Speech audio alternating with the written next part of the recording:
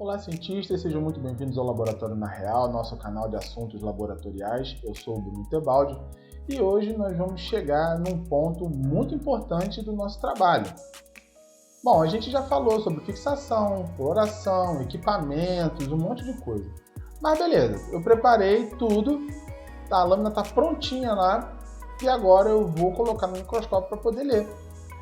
E o que eu tenho que ver? Né? O que eu tenho que achar ali? Como é que eu sei que a pessoa está com câncer? Como é que eu sei que não está? Se está com uma candidíase, por exemplo? Como é que eu sei dessas coisas? Então a gente vai falar um pouquinho sobre os critérios que a gente utiliza para liberar alguns tipos de laudos diferentes, tá? Então a gente vai ter assim um pouquinho, não vai dar para falar de tudo com todos os detalhes, mas eu vou tentar abranger da melhor maneira possível para vocês conhecerem como é que a gente olha uma citologia cérvico-vaginal e libera um laudo posteriormente. Tudo bem? Pessoal, antes da gente começar, não esquece de fazer o básico, que é deixar o seu like no vídeo, se inscrever no canal e ativar os sininhos caso você não seja inscrito.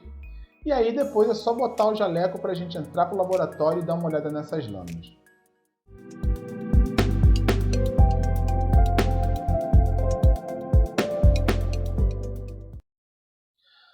Beleza, você está com a lâmina no microscópio. E agora? Essa pessoa está com lesão, ela tem um câncer, é só uma tricomoníase, uma gardnerella ou não tem nada? Né? Como é que a gente entende isso? Bom, como eu já falei para vocês, eu fiz um vídeo falando sobre isso, a gente precisa ter muito conhecimento sobre as estruturas celulares que nós estamos observando para que a gente possa liberar o laudo. Então vamos começar pelo laudo simples, o laudo normal. O que é um laudo normal? São células escamosas, junto que eu digo na mesma lâmina, tá? Elas não são parte do mesmo epitélio, não. Mas está ali na mesma lâmina, células escamosas, células metaplásicas, células glandulares, sem alterações ou com alterações mínimas, a gente pode dizer que elas estão normais. As colorações estão normais, você identifica bem células superficiais, intermediárias, parabasais, glandulares, metaplásicas, está tudo tranquilo. Então você está vendo uma citologia normal. Então não tem problema nenhum, você vai liberar dentro dos limites da normalidade, né? Vai dizer que está normal. Agora, quando você tem um aumento nuclear discreto, que a gente chama de tumefação nuclear, é um aumento onde o núcleo continua um pouco claro, então você sabe que ele não está maligno ainda. Você tem um aumento nuclear, você tem um halo perinuclear, algumas células queratinizadas, mas que não apresentam atipias nucleares, tá? Isso é importante. Você pode estar diante de um processo inflamatório. Falei no vídeo anterior, a pseudo-eosinofilia é um outro aspecto de inflamação. Né? Você pode estar diante de um processo inflamatório que vai ser leve, moderado ou acentuado, dependendo da quantidade e também da intensidade dessas modificações celulares. Então, tudo isso é importante.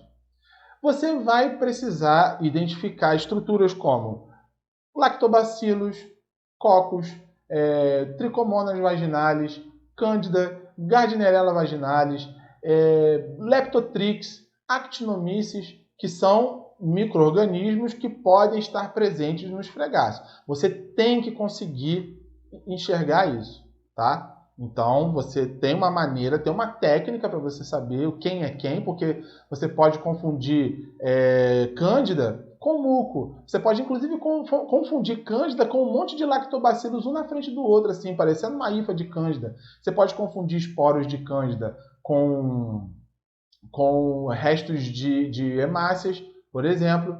Né? Então, você precisa saber identificar essas estruturas. Você pode confundir leucócitos mal fixados, leucócitos dessecados com tricomonas. Então, é necessário que você tenha olhos bem preparados para analisar essas estruturas. E aí, na parte ainda inflamatória, você vai poder identificar, e aí é importante isso, porque você vai encontrar alguns aumentos nucleares onde esses núcleos vão sim te dar um aspecto de malignidade. Ele vai estar com um tamanho maior e também com uma coloração mais acentuada. E pode acabar confundindo um técnico inexperiente e ele acabar liberando uma lesão, tá? Ou uma pré-lesão. E aí é necessário você entender que, se você tem um processo inflamatório acontecendo naquela lâmina, você não libera lesão caso a celularidade que você está observando te dê dubiedade. Você não pode ter dúvidas. Se tiver algo dúbio ali, você não libera lesão. Você pede para tratar o processo inflamatório e depois fazer uma repetição. E aí você faz a análise oncológica. Um outro aspecto que você vai observar também antes de entrar na lesão é o aspecto atrófico ou hipotrófico. O que é o aspecto atrófico? O aspecto atrófico ele acontece em mulheres que não têm mais o ciclo menstrual, as mulheres menopausadas. Elas cessam a produção de progesterona e estrogênio e isso acarreta na não maturação das células escamosas. Então, quando você observa ali, ao invés de você ver células intermediárias e superficiais em maioria, você vai enxergar células parabasais em maioria. Você pode pegar algumas células intermediárias, até algumas superficiais, mas a maior parte vai ser constituída de células profundas, de células parabasais principalmente. E isso pode acontecer em mulheres menopausadas, em mulheres que tomam algum tipo de anticoncepcional que impede a produção de algum desses hormônios e em casos extremos, quando necessário, né, porque isso não é normal de acontecer, então quando necessário você tem essa citologia de meninas que ainda não entraram no ciclo ovulatório, não tiveram a primeira menstruação ainda. Então como elas ainda não produzem esses hormônios, ela vai apresentar um aspecto atrófico na sua celularidade. Tá? Então a gente precisa ter todos esses dados para saber o que a gente está fazendo.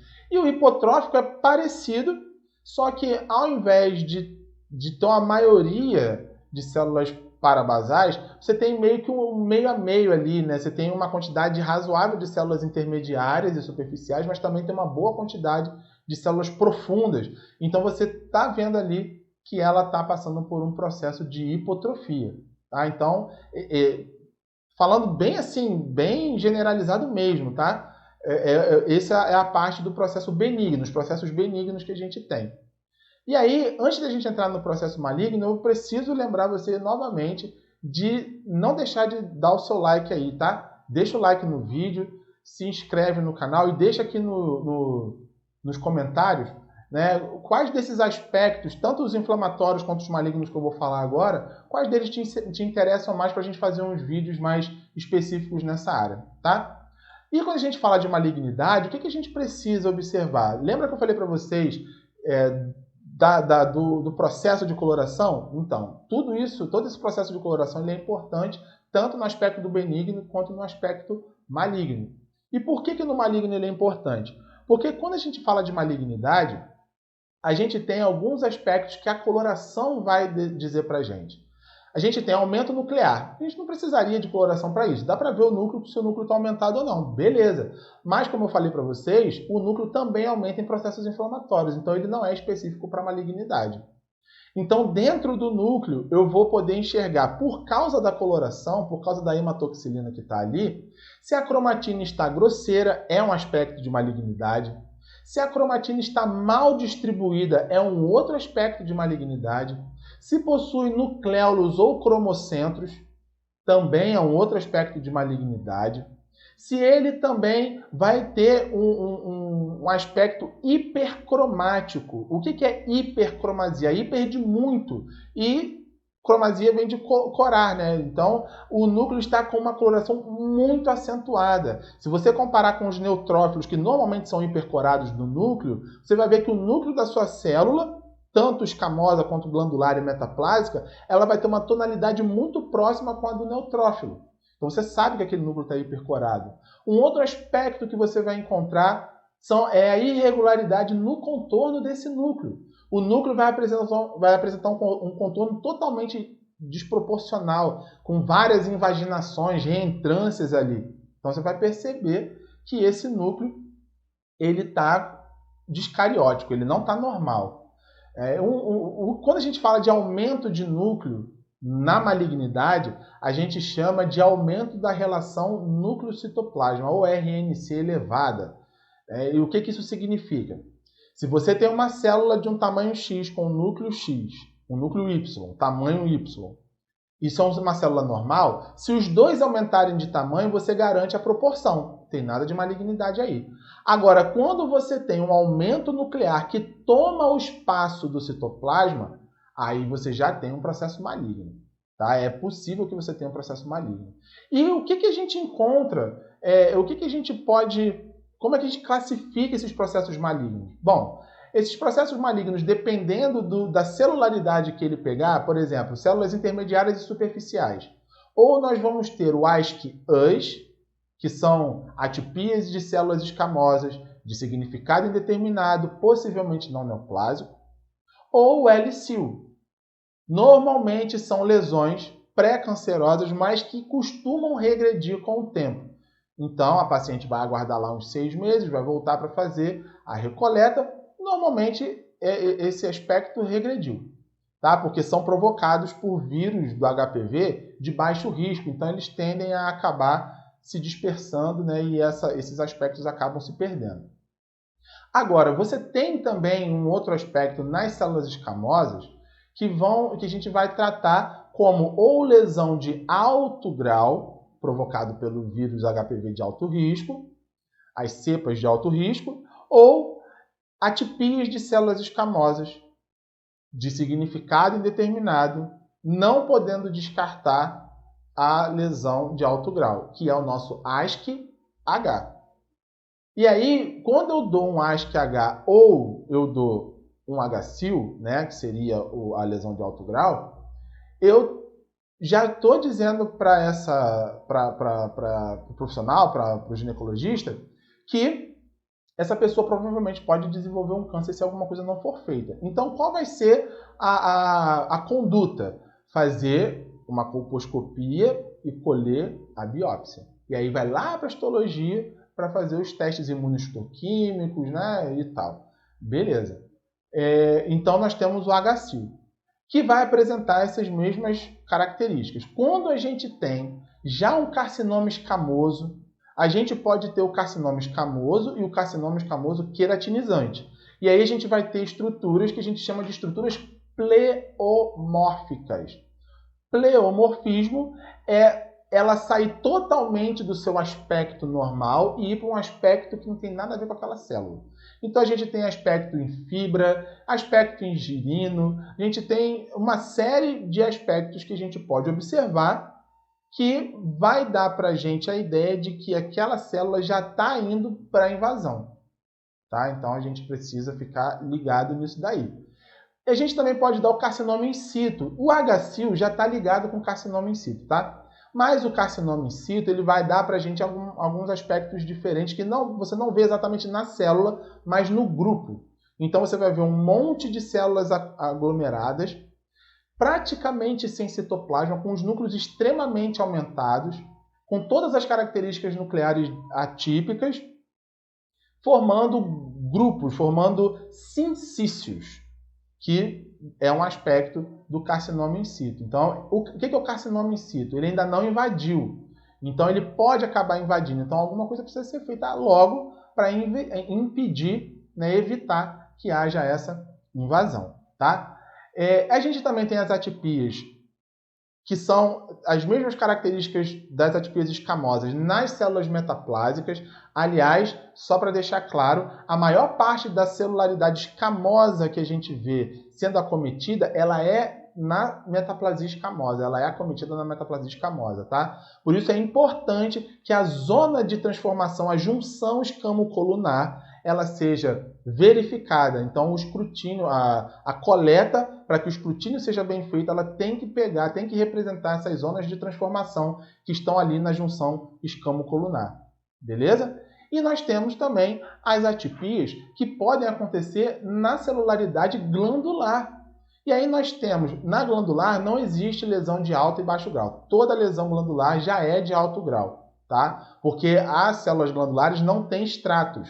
Então ela está muito próxima da lâmina basal para invadir, é mais rápido, mais simples. Então a gente não tem alto e baixo grau, tá? Depois eu vou fazer um vídeo falando sobre lesão e a gente vai falar com bastante calma sobre cada lesão. Eu vou fazer um vídeo só sobre lesão de baixo grau, lesão de alto grau, lesão glandular, para a gente poder ter isso bem explicadinho. Só para vocês já terem uma ideia que eu estou fazendo esse vídeo aqui. Então a lesão glandular, ela vai trazer para a gente alguns aspectos. A gente tem o AGC-SOI e o AGC-NEL, que são pré-lesões, por assim dizer.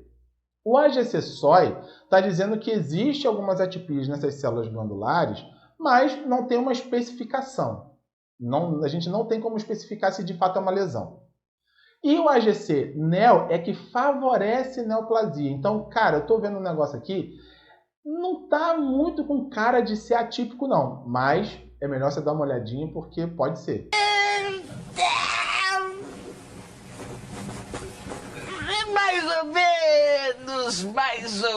Mais ou menos. E aí vai ser exatamente a mesma coisa, colposcopia e biópsia.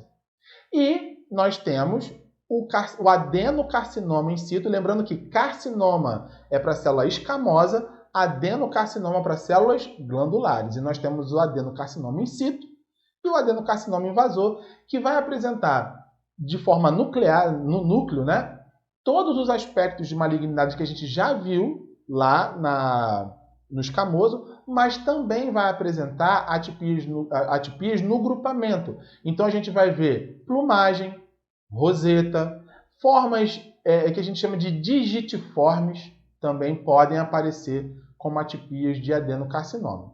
E aí a gente vai liberar esses laudos com essas nomenclaturas, tá? Não dá para falar disso muito especificado, então a gente vai ter que fazer um outro vídeo para falar sobre isso. E os médicos lá vão tomar as devidas atitudes, né? Vão ter as suas ações mediante ao laudo que você vai liberar. Então, queridos que estão aqui me acompanhando, fiquem atentos para o tipo de laudo que vocês vão liberar. Treinem muito para que esses laudos saiam corretos, para que vocês não liberem um falso positivo e acabem prejudicando as suas pacientes. Tudo bem? Pessoal, eu vou ficando por aqui. Muito obrigado pela atenção e pela audiência de vocês. Não esqueça de deixar o like no vídeo, de se inscrever no canal e ativar os sininhos e de deixar aqui nos seus comentários o que mais você gostaria de ver dentro do laboratório de citologia para a gente poder fazer os vídeos aqui e abordar todos os assuntos que forem pertinentes para vocês, tudo bem? Até a próxima, pessoal!